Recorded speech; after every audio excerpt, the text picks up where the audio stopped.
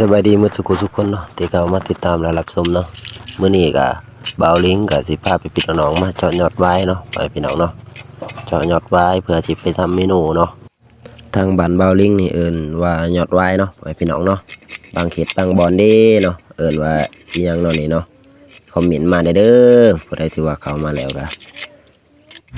ผู้ใดที่ว่าเข้ามาแล้วก็อย่าลืมเด้อฝากกดไลค์กดแชร์กดติดตามให้แน่เนาะเพื่อเป็นกำลังใจในการเฮ็ดคลิปต่อไปเนาะพ่อแม่พี่น้องเนาะมื้อนี้ก็สิเอายอดวายนี่สิไปลามใส่อีกุ้งเนาะพ่อแม่พี่น้องเนาะลามใส่อีกุ้งโอ้ยเข้าท่าเลยพ่อแม่พี่น้องเอ้ยการเจาะยอดวายนี่ก็ให้ระมัดระวังเนาะก่อยเจาะเพราะว่ามันเป็นอันตรายเนาะพ่อแม่พี่น้องเนาะมีแต่น้ำเต็มพาดออกมาบัดใดนี่ก็เจ็บแล้วเนาะพ่อแม่พี่น้องเนาะปวดแล้วได้น้ำเพิ่นนี่บ่ได้ธรรมดาเด้พ่อแม่พี่น้องเอ้ยยอดวายนี่ก็สามารถเอาเฮ็ดได้หลายเมนูเนาะพ่อแม่พี่น้องเนาะบ่ว่าสิเป็นแกงเป็นลามเนาะพ่อแม่พี่น้องเนาะส่วนบ่าวลิงนี่มื้อนี้ก็สิเอาไปลามเนาะลามใส่อีกุ้งพ่อแม่พี่น้องเอ้ยยอดวายนี่ก็มีหลายชนิดแน่พ่อแม่พี่น้องเอ้ยมันมีทั้งชนิดหวานเนาะแล้วก็ทั้งชนิดขมส่วนยอดวายที่ว่าบ่าวลิงเจาะมื้อนี้ก็เป็นชนิดขมเนาะพ่อแม่พี่น้องเนาะ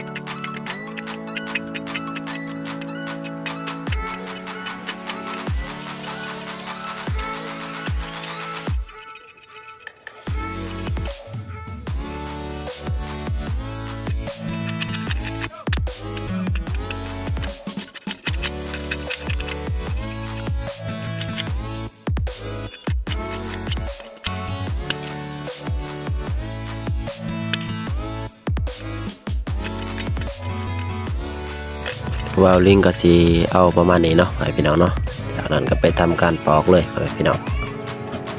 การปอกนี่ก็ต้องใส่มีดเนาะให้พี่น้องเนาะว่ามีน้ำยอดวายเป็นเนาะถ้าบ่ใส่มีดอาจสิถึกมือเนาะคือบ่าวลิงนี่เนาะถึกมือเนาะให้พี่น้องเนาะก็สิปวดแห้งได้พ่อพี่น้องเอ้ยถึงแม่นสิปวดก็จะได้เนาะให้พี่น้องเนาะแนวมักเนาะแนวมักแนวอยากกินเนาะพ่อพี่น้องเนาะ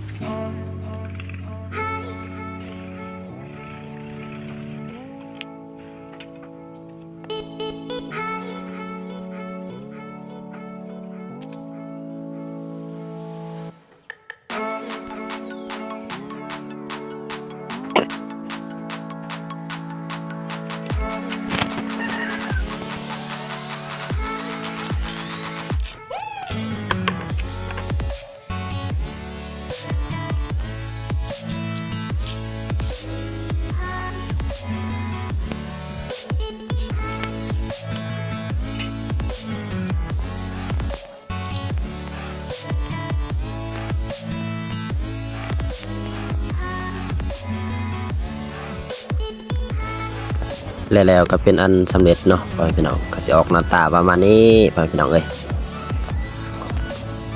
เราก็สิมาทำการล้างเลยเนาะพ่อแม่พี่น้อง